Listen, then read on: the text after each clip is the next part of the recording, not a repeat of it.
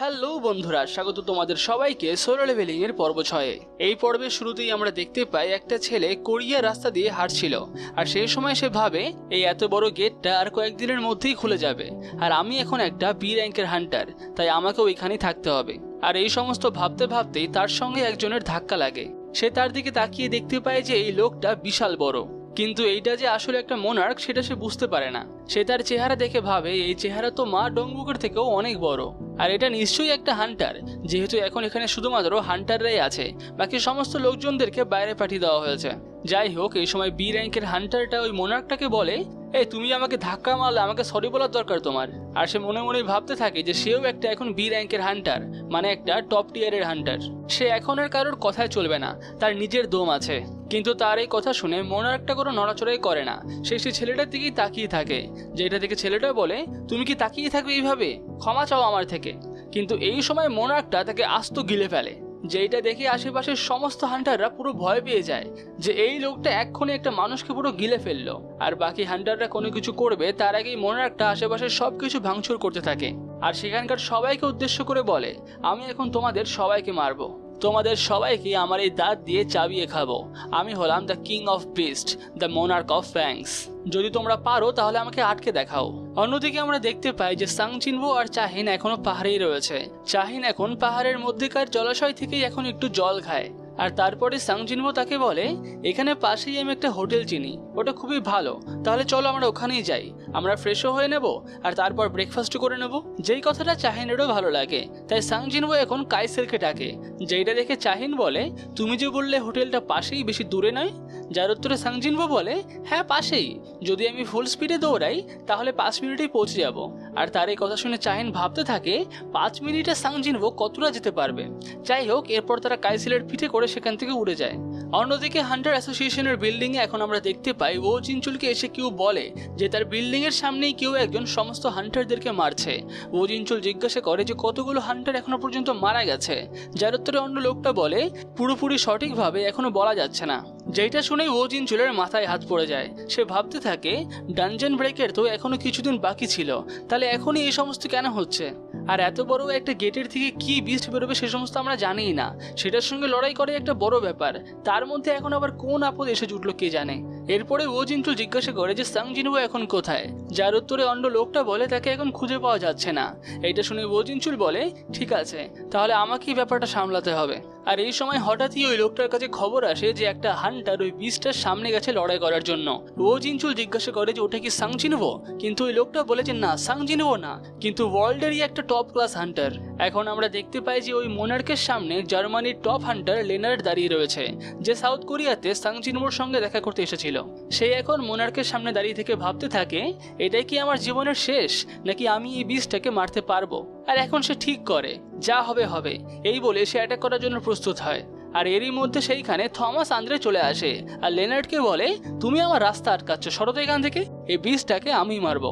অন্যদিকে আমরা দেখতে পাই যে সাং জিনবো আর চাহিন এই সময় হোটেলে ব্রেকফাস্ট করছিল, আর এই সময় সাং জিনবোর কাছে একটা কল আসে, আর তাকে প্রথমে জিজ্ঞাসা করে, আপনি এতক্ষণ কোথায় ছিলেন, আপনাকে তো কলে পাওয়াই যাচ্ছিল না। যার উত্তরে সাং জিনবো বলে, আমি নেটওয়ার্ক এরিয়ার বাইরে ছিলাম, আমি এক্ষুনি শহরে এসে পৌঁছালাম। আর এরপরেই ও জিনচুল কলে সাং জিনবোকে সবকিছু বলে। যেটা শুনে সাং জিনবো বলে, এরকম তো হতেই পারে না, ডানজন ব্রেক হতে এখনো কয়েকদিন বাকি, এখনই এরকম বিস্ট কোথা থেকে চলে আসলো? আর একই সঙ্গে সাং জিনবো এটাও জিজ্ঞাসা করে যে ওইখানে প্রায় কতগুলো বিস্ট আছে। যার উত্তরে ও জিনচুল বলে, প্রায় কোনো ব্যাপার না, ওখানে একটাই বিস্ট আছে। আর এই সময় সাউলের সমস্ত হান্টার এক জায়গায় জড়ো হয়েছিল, কিন্তু তারা সবাই মিলেও ওই একটা বিস্টের কিছুই করতে পারছে না। এই বিস্টটা কোনো সাধারণ বিস্ট নয়, আমি শুনলাম যে একটা পুরো গিল্ডকে এর এক নিমেষের মধ্যে মেরে ফেলেছে, আর এখন তো থমাস আন্দ্রেও এই বিস্টের সঙ্গে লড়াই করছে।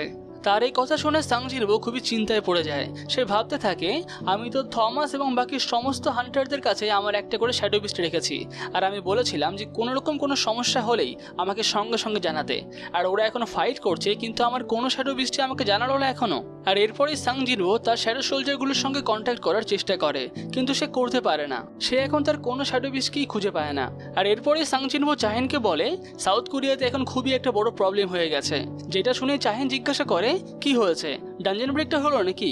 কিন্তু সাং জিনবো বলে যে না, ডানজন ব্রেক তো হয়নি, কিন্তু অন্যরকম কিছু হয়েছে। আর এরপরে সাং জিনফোর মাথায় আসে যে এই বিচটা কোনো মোনার্ক নয় তো। তাই সে ও চিনচুলকে জিজ্ঞাসা করে, চেয়ারম্যান আপনি একবার ঠিক করে দেখুন তো ওই বিচটার ছায়া আছে কিনা, কেননা এমন কিছু বিচ আছে যারা ইনভিজিবল বডির মধ্যেই থাকে। অন্যদিকে আমরা দেখতে পাই যে থমাস এখন মোনার্কের সঙ্গে ডাইরেক্ট ফাইট করতে যায়। এই সময় থমাসকে দেখে সেখানকার সমস্ত হান্টাররাই খুবই চমকে যায়, কিন্তু থমাস এখন সবাইকে বলে, ইডিয়েটের মতো ওখানে দাঁড়িয়ে থেকো না, এখান থেকে সমস্ত লোকজনদেরকে আগে বের করো। আর এখন থমাস বুঝতে পারে যে এই বিচটা অনেক পাওয়ারফুল, তাই তাকেও তার পুরো পাওয়ার ব্যবহার করতে হবে। এই সময় সে তার জামা কাপড় সব ছিঁড়ে ফেলে। অন্যদিকে মোনার্কটা প্রথম থমাসকে অ্যাটাক করতে আসে, কিন্তু থমাস তার অ্যাটাককে আটকে ফেলে আর তাকে বিশাল পাওয়ারফুল একটা পাঞ্চ মারে। এখানে সেই সময় হান্টার্স গিল্ডের চই জঙ্গিরা পৌঁছে যায়, আর সে পৌঁছেই একটা হান্টারকে জিজ্ঞাসা করে, এখান থেকে সব লোকজনদের কি বের করা হয়ে গেছে? যার উত্তরে অন্য হান্টারটা বলে, আমাদের এখনো এই বিল্ডিং এর থেকে অনেক লোকজনদেরকে বের করা বাকি আছে। আর এখন জঙ্গিন এটাও জিজ্ঞাসা করে যে এইখানে কোন কোন গিল্ডের হান্টাররা কাজ করছে। যার উত্তরে অন্য হান্টারটা বলে, এইখানে ফিন্ড গিল্ড আর হোয়াইট টাইগার গিল্ডের লোকজনেরা রয়েছে, আর এছাড়াও এখানে পুরো দেশের সমস্ত হান্টাররাই রয়েছে। আমাদের হান্টার গিল্ডের কাজ হলো শুধুমাত্র সমস্ত লোকজনদেরকে বাঁচানো। এখন জংইন ভাবতে থাকে যে থমাস আন্দ্রের মতো একটা ন্যাশনাল লেভেল হান্টার একটা বিস্টের সঙ্গে লড়াই করছে, তার মানে সেই বিস্টটা নিশ্চয়ই প্রচুর পাওয়ারফুল। আর আমিও তার প্রেজেন্স বুঝতে পারছি। এইরকম পাওয়ার আমি জেজু আইল্যান্ডে গিয়েও ফিল করতে পারিনি। তাহলে এইটা কি রকমের মনস্টার হতে পারে? আমরা দেখতে পাই যে এখন মোনার্ক এবং থমাসের মধ্যে খুবই ভয়ানক ফাইট হয়। তার আশেপাশের সমস্ত বিল্ডিংও ভেঙে চুরে ফেলে। আর এখন মোনার্কটা একটা বিল্ডিং এর থেকে লাফ দিয়ে থমাসকে তার মাথা দিয়ে অ্যাটাক করে, কিন্তু থমাস এই সময় তাকে ধরে ফেলে আর তাকে মাটিতে আছড়ে ফেলে দেয়। আর এই সুযোগে মোনার্কটা থমাসকে একটা লাথি মেরে অনেক দূরে ফেলে দেয়, কিন্তু এরপরও থমাস উঠে দাঁড়ায় আর তার আসল পাওয়ার ব্যবহার করে। অন্যদিকে বায়েকিওনো তার পুরো দলের সঙ্গে সেইখানে চলে আসে আর সবাইকে বলে যে তৈরি হয়ে যেতে, কিন্তু তারা তাদের সামনে এখন মোনার্কটাকে দেখে খুবই ভয় পেয়ে যায়। এদিকে থমাসও এখন তার মেন ফর্মে চলে আসে, যেইটা দেখি এই সময় বায়েকিওনোর মতো হান্টারও অবাক হয়ে যায়। সে থমাসকে বলে, তুমিই বেস্ট। এদিকে থমাস এখন তাদেরকে বলে, এই সমস্ত উল্টোপাল্টা না বকে আমাকে কভার করো। আর এখন থমাসের ট্রান্সফর্ম হওয়া দেখে বায়েকিওনো ভাবে এটা কোনো সাধারণ বিস্ট না, তারও নিজেকে ট্রান্সফর্ম করার দরকার। আর এখন সে নিজেকে যখন ট্রান্সফর্ম করবেই তখনই মোনার্কটা তার সামনে চলে আসে। তাকে দেখে বায়েকিওনোর মতো হান্টারও একেবারে ভয় পেয়ে যায়, কিন্তু মোনার্কটা বায়েকিওনোর সামনে দাঁড়িয়ে থাকে না, সে এগিয়ে যায় থমাসের দিকে। এখন বায়েকিওনো ভাবতে থাকে তার পক্ষে ওই বিস্টার চোখের দিকে তাকানোই মুশকিল, সে লড়াই কি করে করবে। এদিকে আমরা দেখতে পাই যে মোনার্কটা তার পাওয়ারের ব্যবহার করে সেইখানকার সমস্ত গাড়ি চেয়ার সবকিছু তুলে ফেলে আর সেই সবকিছুকে ছুঁড়ে মারে থমাসের দিকে। আর এখন থমাসও তার একটা স্কিলের ব্যবহার করে, যার সাহায্যে সে সবকিছুকে তার দিকে টেনে নিতে পারে।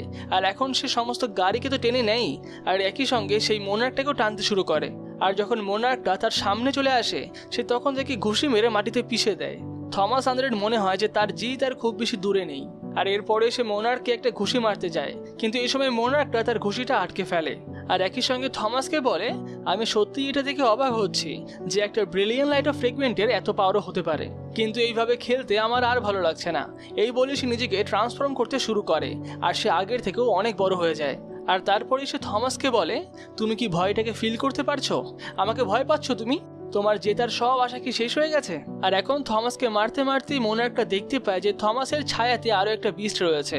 আর এরপরে সে সেই বিস্টটাকে ধরে ফেলে আর বলে, তুমি এই হান্টারটার ছায়াতে লুকিয়ে কি করছো?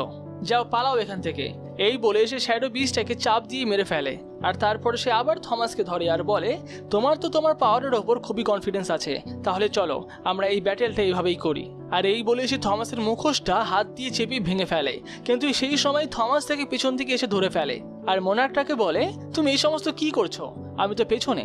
আর এরপরেই মোনার্কটা তার মাথার পুরো ঘুরিয়ে ফেলে আর তাকে থমাসের হাত থেকে ছাড়িয়ে নেয়। আর এরপরে সে থমাসকে ধরে ফেলে আর তার মাথা ধরে থেকে মাটিতে আছড়ে ফেলে। আর একই সঙ্গে সে বলে, কিছু করার নেই, আমার এখন খুব খিদে পাচ্ছে। কিন্তু এই সময় মোনার্কটার উপরে একটা বিশাল পাওয়ারফুল অ্যাটাক আসে। আমরা দেখতে পাই যে লেনার্ড সেখানে চলে আসে আর সে থমাসকে বলে, তাহলে আমাকে তোমার রাস্তায় আসতেই হলো। কিন্তু থমাস এখন লেনার্ডকে বলে, তুমি এখান থেকে চলে যাও, ওই বিস্টটা তোমাকে মেরেই ফেলবে।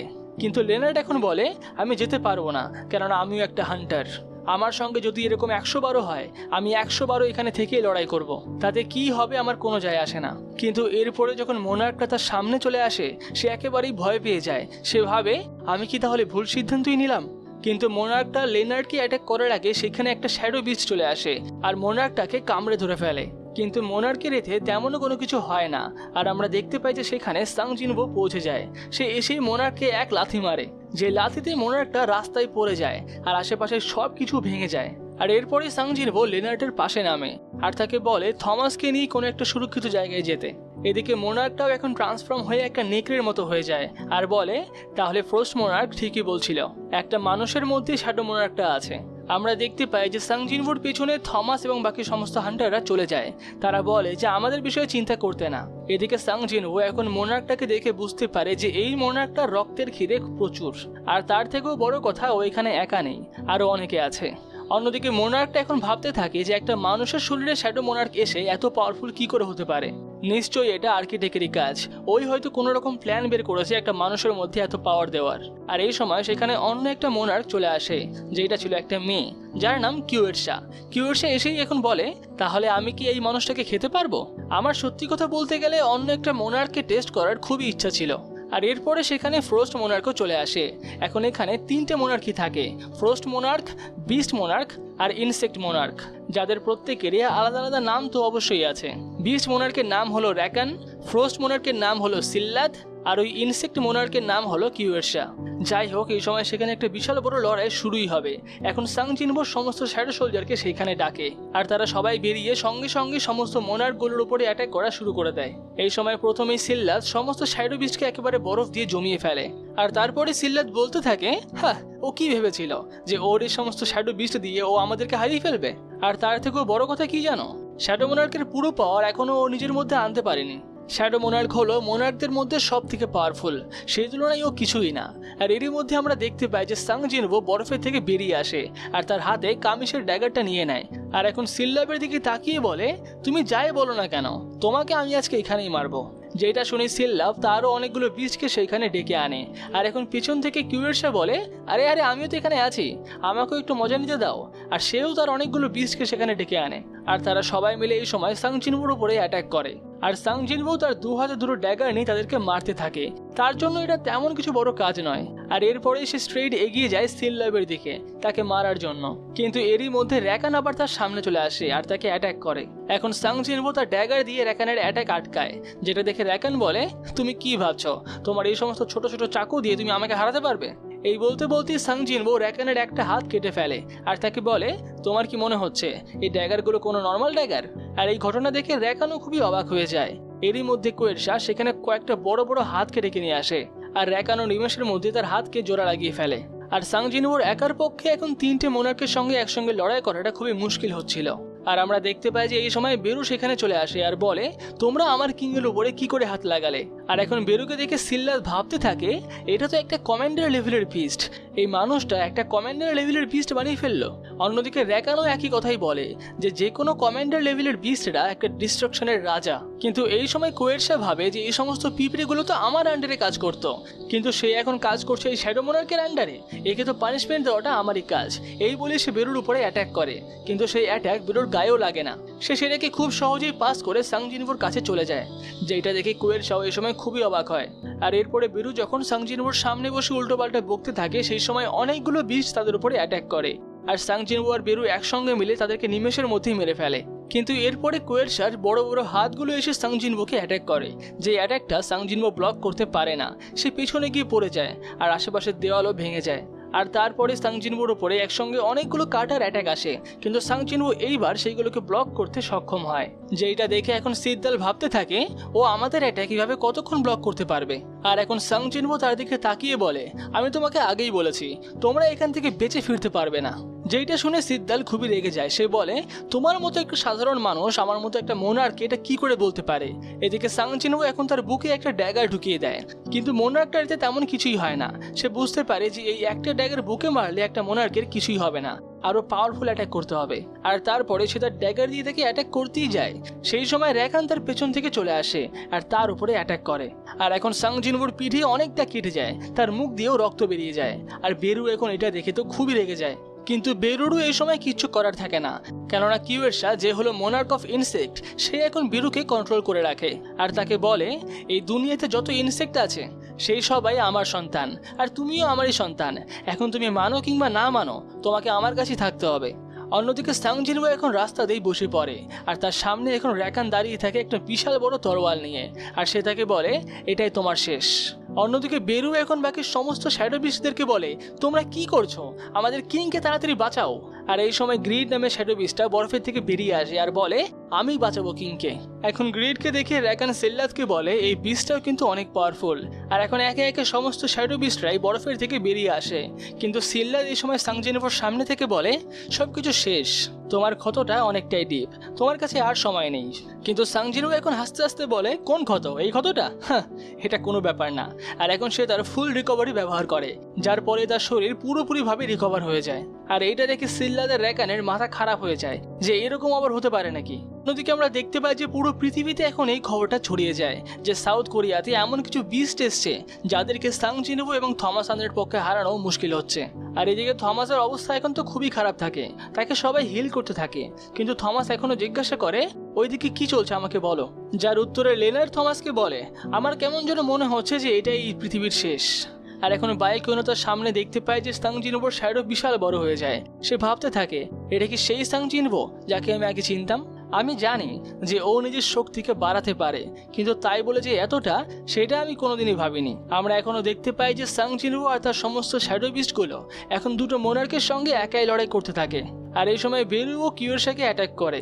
এদিকে সাং জিনবো এখন বলতে থাকে আর্কিটেক্ট আমাকে বলেছিল যে এই দুনিয়ার পিলারই আমাকে মেরে ফেলবে, কিন্তু সেই পিলারটাও যে ভাঙতে পারে সেইটা সে আমাকে বলেনি। আর এখন সে তার পুরো পাওয়ারের ব্যবহার করে সবাইকে অ্যাটাক করে, যার জন্য আশেপাশের বিল্ডিংগুলোতে আগুন লেগে যায়। অন্যদিকে একটা হান্টার বসে বসে ভাবতে থাকে আমি ভাবছিলাম যে এই সিনটা একবার দেখব, কিন্তু আমার মনে হয় এই জায়গাতে আমার থাকাটা একদম ঠিক হবে না।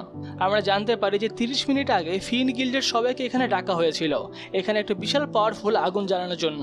আর এখন লিম এখানে বসে বসে ভাবতে থাকে যদি এইরকম লেভেলের আগুন জ্বালানো হয় তাহলে সেই আগুনে আমরাও মরে যাব। আর থমাসের মতো হান্টারও এরকম একটা বিস্টকে হারাতে পারেনি, তাই আমাকে যা করার খুব ভাবনা চিন্তা করে করতে হবে। আর এই সময় পেছন থেকে তার কাঁধে কেউ হাত রাখে আর বলে কিচ্ছু করার নেই তোমার, শুধু দেখতে থাকো। কিন্তু লিম এই সময় বুঝতে পারে না যে তার পিছনে কে আছে। সেই পিছনে ঘুরে অ্যাটাক করে আর দেখতে পায় যে তার পিছনে কেউ নেই। এই সাউথ কোরিয়াতে যত হান্টাররা এসেছিল তারা সবাই এখন চুপচাপ দাঁড়িয়ে থাকে, কারোর কাছে লড়াই করার মতো ক্ষমতা থাকে না। সবাই এখন অপেক্ষা করে যে এই লড়াইটা কখন শেষ হবে। অন্যদিকে আমরা দেখতে পাই যে কিয়োশা এই সময় সাং জিনবোর উপরে অ্যাটাক করে। সাং জিনবো ভাবতে থাকে এটা কি কোনো বিষ? কিন্তু কোনো রকমের বিষ তো আমার শরীরে কাজই করে না। এইদিকে র্যাকানো এখন সাং জিনবোকে অ্যাটাক করতে যায়, কিন্তু সাং জিনবো এখন পুরো ফোকাস করে কিয়োশার দিকে আর তাকে অ্যাটাক করে। আর তাকে এক জায়গাতে আটকে রেখে নিমেষের মধ্যেই তাকে টুকরো টুকরো করে ফেলে। আর কোয়েরশা এই সময় মারা যায়। সে বুঝতে পারে যে মৃত্যুর মানেটা কি। আর কোয়েরশা একটা মোনারকে মারার জন্য এই সময় সাং জিনবোরও 3 লেভেল আপ হয়ে যায়। এদিকে এই ঘটনা দেখে এখন সিল্লার পুরো চমকে যায়। সে ভাবতে থাকে এরকম কি করে হতে পারে, ওর কাছে তো শ্যাডো মোনার্কের পুরো পাওয়ারও নেই। আর এরপরে সে র্যাকানকে বলে আমাদের দুজনকে এখন একসঙ্গে কাজ করতে হবে, কেননা আমরা এখানে সব থেকে পাওয়ারফুল কিংয়ের সঙ্গে লড়াই করছি। কিন্তু তার এই কথা শুনে র্যাকান বলে তুমি ভয় পাচ্ছ কেন, ও এখন অনেক হাঁপিয়ে আছে, ওর কাছ থেকে ভয় পাওয়ার কিচ্ছু নেই। আর ও এখনো এই সমস্ত শ্যাডো বিস্টগুলো ব্যবহার করছে, মানে ওর পাওয়ার এখনো ও পুরো পায়নি। আর শ্যাডো মোনার্কের পুরো পাওয়ার ছাড়া ও যতই চেষ্টা করুক আমাদেরকে হারাতে পারবে না। আর এই সময় র্যাকান বেরুর গলা ধরে রেখে দেয়, যেটা দেখে সাং জিনবো বুঝতে পারে যে বেরুর প্রেজেন্স ধীরে ধীরে মিটে যাচ্ছে। সে এই সময় বেরুকে তার কাছে ডেকে নেয়, কিন্তু সে এটা করতে পারে না। কয়েকবার চেষ্টা করলেও সে বেরুকে রিকল করতে পারে না। তাই এরপরে সাং জিনবো নিজেই বেরুর সামনে চলে যায় আর র্যাকানকে সেখান থেকে মেরে দূরে ফেলে দেয় আর বেরুর সামনে গিয়ে দাঁড়িয়ে পড়ে। কিন্তু এই সময় পেছন থেকে সিল্লাদ বলে র্যাকান তুমি ঠিকই বলছিলে, আমি ওকে একটু বেশি শক্তিশালী ভেবে ফেলেছি। আর এই সময় সিল্লা তার পুরো পাওয়ারের ব্যবহার করে আর সেইখানে চারিদিকে বরফ জমিয়ে ফেলে। আর সাং জিনবোকে এই সময় এসে বলে তোমার এই বিস্টগুলো খুবই ভালো, ওরা বারবার তোমাকে বাঁচাতে আসছে, কিন্তু একই সঙ্গে ওরা তোমার মানা পাওয়ারকেও নষ্ট করছে, ওদেরকে ব্যবহার করে তুমি লড়াই করতে পারবে না। এই বলেই সিল্লা সাং জিনবোর উপরে একটা বড় ত্রিশূল দিয়ে অ্যাটাক করে আর বলে এবার তুমি কি করবে। সে সেই ত্রিশূলটা দিয়ে সাং জিনবোকে তুলে রাস্তার মধ্যে আছাড় মারে, কিন্তু সে দেখতে পায় যে সাং জিনবো সেইখানে নেই। ইতিমধ্যেই সাং জিনবো তার কাছে চলে আসে ড্যাগারটা নিয়ে, কিন্তু সিল্লাদ এখনো তার উপরে অ্যাটাক করে আর তাকে অনেক দূরে ফেলে দেয়। তার এরকম অ্যাটাক দেখে সাং জিনবো ভাবে যে এই মোনার্কটা খুবই ফাস্ট। অন্যদিকে সিল্লাদ এখন ভাবতে থাকে আমি আর একদম দেরি করব না, আমি এটাকে যত তাড়াতাড়ি পারি তত তাড়াতাড়ি শেষ করব। আর এখন সে সোজা এগিয়ে যায় সাং জিনবোর দিকে।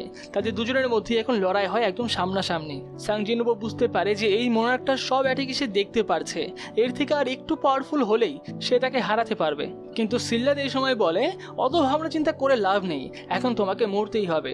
আর এরপরেই সে সাং জিনবোর উপরে ফাইনাল অ্যাটাক করতেই যায়, কিন্তু এরই মধ্যে সাং জিনবো তার পিছনে চলে যায় আর সে এইবার সিল্লাদকে প্রায় মেরেই ফেলবে। কিন্তু এরই মধ্যে র্যাকান এসে সাং জিনবোর পেছন থেকে তার হাত ঢুকিয়ে দেয় আর সিল্লাদও এই সময় সাং জিনবোকে তার বরফ দিয়ে জমিয়ে রাখে। সাং জিনবোর মুখ দিয়ে এখন প্রচুর পরিমাণে রক্ত বেরোয়। সে তার হাত থেকে দুটো ড্যাগারই ফেলে দেয় আর সে ভাবতে থাকে আমার লেভেল তো অনেক বেড়েছে, আমি এটা খালি হাতেই করতে পারবো। এদিকে সিল্লাদও এখন সামনে থেকে তার ড্যাগারটা সাং জিনবোর বুকে ঢুকিয়ে দেয় আর বলে নাও, তুমি আমাকে যেই ড্যাগারটা দিয়ে মেরেছিলে আমি তোমাকে সেই ড্যাগারটা দিয়েই মারলাম, আর দেখি এইবার তুমি আগের মতো রিকভার করতে পারো কিনা। সত্যি কথা বলতে গেলে আমার মনে হয় না তুমি পারবে, কেননা তুমি এখনো পর্যন্ত শ্যাডো মোনার্কের পুরো পাওয়ার পাওনি, আর এটাই তোমার পাওয়ারের লিমিট। তাহলে তুমি আর সেই দিনটা দেখতে পারলে না যেদিন আমাদের আর্মি এই পৃথিবীতে আসবে আর সব কিছুকে শেষ করে ফেলবে। আমরা এই পৃথিবীর সমস্ত নদীকে রক্তের নদী বানিয়ে ফেলবো। কিন্তু তুমি যেইখানে থাকো সেই জায়গাটা নিয়ে আমার একটা অন্য রকমের প্ল্যান আছে।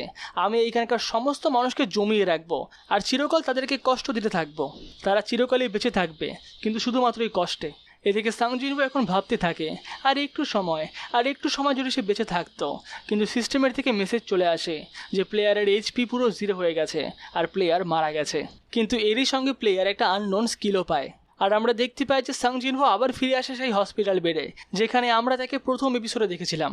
আর এখানেই শেষ হয় সোলো লেভেলিংয়ের পর্ব 7। পুরো ভিডিওটি ভালো লেগে থাকলে ভিডিওটিকে অবশ্যই লাইক করবে আর পরের পর্বটি দেখার জন্য